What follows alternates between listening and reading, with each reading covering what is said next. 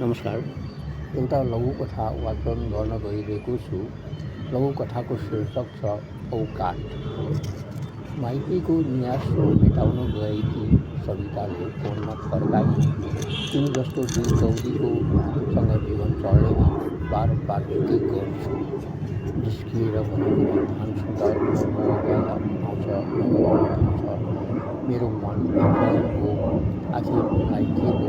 तर समाज खोस्रो भाग लगाउनु पर्नेहरूको जमातमा घेरिएको छ। उनको पृथ्वी मौन हेर्ने हो भने स्वच्छ निर्मल छ। म प्रति कुनै द्वेष छैन। मेरो व्यवहारबाट खुसी छिन्, तैपनि यति ठुलो कदम किन चालिन्? तिमीसँगै बस्छु, आमा बाबु नभएपछि दुरो हुने रहेछ भन्दै आएको दिन सम्झाए थिएँ। आवेशमा यति ठुलो निर्णय लिनु हुँदैन, घर फर्क, म राम्रैसँग लिन आउँछु। उनी मानिनन्। केही दिनपछि समाजको डरले बिहे भएको स्वीकारेर माइती पक्षले घर भित्र्यायो। फेसबुकमा आफन्तहरूले ट्याग गरेको फोटो हेरेँ। यस्तो अहिले मात्र होइन, बोलाएको ठाउँमा रमझम गर्न गइन्थ्यो।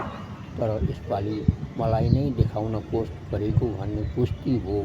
आज यही उच्च खानदानकाहरूले आफ्नो धरातल देखाएर मलाई गिराउन खोजिरहेछ। जिल्ला प्रशासन कार्यालयमा आज बोलाएको दिन। कुलदेवताले रक्षा गरून् भनी बिहानै प्रार्थना गरी फर्कँदा पछाडि सवितालाई देखेर अचम्म परेँ। मलाई सबैले पचानोमा राखेर छिया पारे। म परिबन्दमा परेर सही निर्णय गर्न सकिनँ। तिमीसँग छुटाएर धनी नातेदार विधुर भएको महिना दिन नबितेकोसँग जबरजस्ती बिहे गरिदिने दाजु भाउजूको सोच रहेछ। उहाँहरूको धम्की बाटै मबाट अनर्थ हुन गयो। राति नै छलेर घर आउन लागेको थिएँ, तर निगरानीले गर्दा बिहानै फुत्क निस्केर कुलदेवता दर्शन गर्न आएको छु।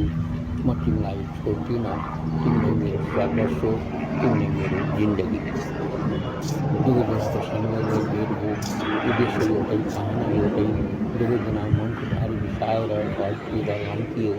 तारन्तार बजिरहेको मोबाइलमा भाउजूलाई जवाफ दिइन्, म कहाँ छु, के गर्छु, मेरो चिन्ता छोड्नुहोस्। आइन्दा माइती पक्षसँग कुनै सम्बन्ध रहने छैन। म मुद्दा हाल्न जाँदैछु। लघुकथा औकात यति नै। धन्यवाद। फेरि भेटौँला।